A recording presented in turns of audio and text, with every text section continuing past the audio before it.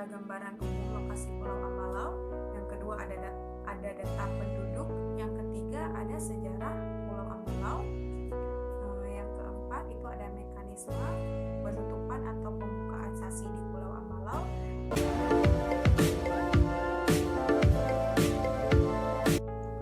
Oke, baiklah kita masuk ke gambaran umum lokasi Pulau Ambalau. Pulau Ambalau adalah pulau kecil di sebelah Pulau Buru Maluku yang terbentuk karena proses vulkanik. Pulau ini umumnya terdiri dari tebing karang terjal dan memiliki ekosistem laut yang sangat kaya.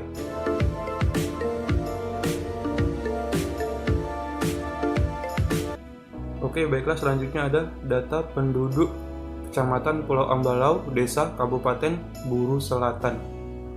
Jumlah penduduk Pulau Ambalau sampai bulan Juni 2009 itu sekitar 9.590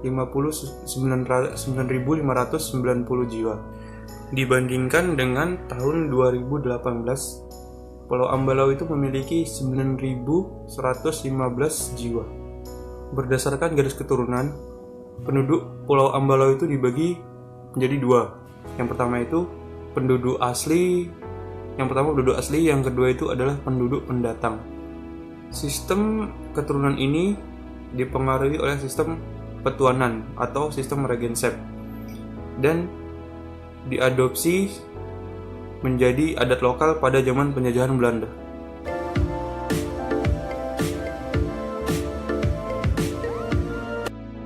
Baiklah, saya akan menjelaskan tentang sejarah sasi di Ambalau. Nah, aturan atau hukum sasi di Ambalau ini sebagaimana sasi di wilayah Maluku lainnya sudah berlangsung sejak lama. Itu sudah berlangsung sejak dimulai keadaan. Namun tidak diketahui secara otentik kapan sih sasi itu mulai dilakukan, mulai ditetapkan. Menurut penelusuran sejarah, sasi laut itu dibentuk lebih lambat dibandingkan sasi darat. Bentuk sasi di Pulau Ambalau ini dibagi menjadi dua sumber daya, yaitu sumber daya laut dan sumber daya darat. Nah, sumber daya laut itu dinamakan sasi laut, sedangkan sumber daya darat itu dinamakan sasi darat. Sasi darat itu menyangkut dengan sumber daya hutan seperti rotan dan kayu. Sedangkan sasi laut itu menyangkut dengan tripang, hima, lola, dan lobster. Yang merupakan bagi penduduk desa Ambalau ini itu adalah hasil laut bersama.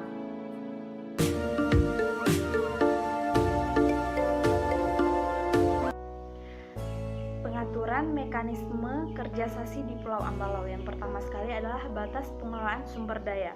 Sasi laut di daerah Masawi dan Ulima adalah tempat dilarangnya penangkapan biota laut, khususnya kima, lola, tripang, dan lobster. Sedangkan jenis biota lainnya tidak ada sasi. Sedangkan masyarakat setempat tidak mengkonsumsi biota laut tersebut, dikarenakan mereka sering mengkonsumsi ikan tuna dan ikan karang. Namun dengan nilai keempat komoditas tadi nilainya sangat tinggi sehingga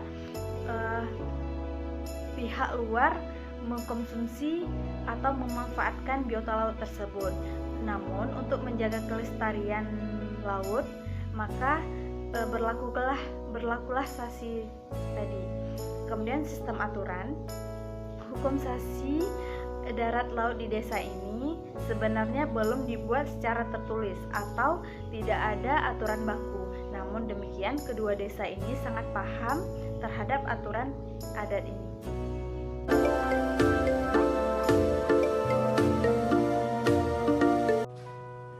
Kemudian, adapun aturan sasi yaitu saat sasi telah ditutup tidak diperbolehkan untuk menangkap lobster dan teripang di wilayah kedua desa. Sejak dimulai penutupan sasi, maka sejak itulah sasi berlaku dan aturan akan berakhir ketika telah diumumkan sasi telah dibuka. Apabila warga tersebut ada yang melanggar, maka akan dibawa ke persidangan dan dikenai hukuman. Selanjutnya ada mekanisme membuka dan menutup sasi. Yang pertama, tutup sasi dilakukan dengan pengumuman di masjid oleh imam. Yang kedua, Proses tutup sasi diadakan dengan adanya musyawarah.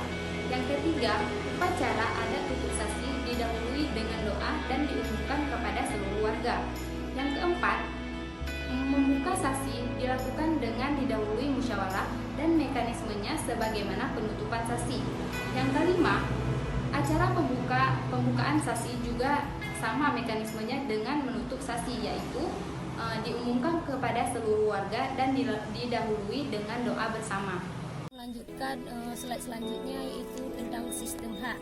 Selain soal hak memanfaatkan, ada juga hak lain yaitu hak untuk terlibat atau berpartisipasi dalam pengambilan keputusan dan mengawasi jalannya pelaksanaan sasi dengan cara melaporkan setiap ada pelanggaran terhadap sasi kepada imam masjid. Yang selanjutnya ada juga sistem sanksi.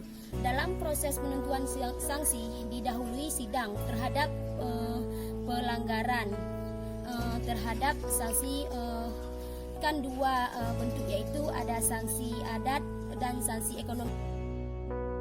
Kemudian ada sistem monitoring dan evaluasi. Monitoring dan pengawasan sasi dilakukan secara bersamaan.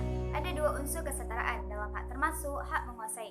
Mekanisme pengawasannya itu, jika aturan sasi telah diberlakukan secara efektif melalui sebuah keputusan dan pengumuman di masjid dengan pengeras suara, maka sejak itu sasi berlaku.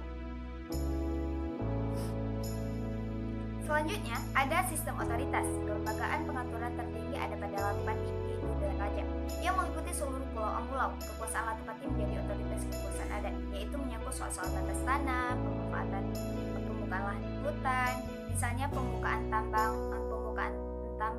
dan persoalan konflik antar negeri. Sekian presentasi dari kami, lebih dan kurang kami mohon maaf. Wabillahi taufiq wal hidayah. Wassalamualaikum warahmatullahi wabarakatuh.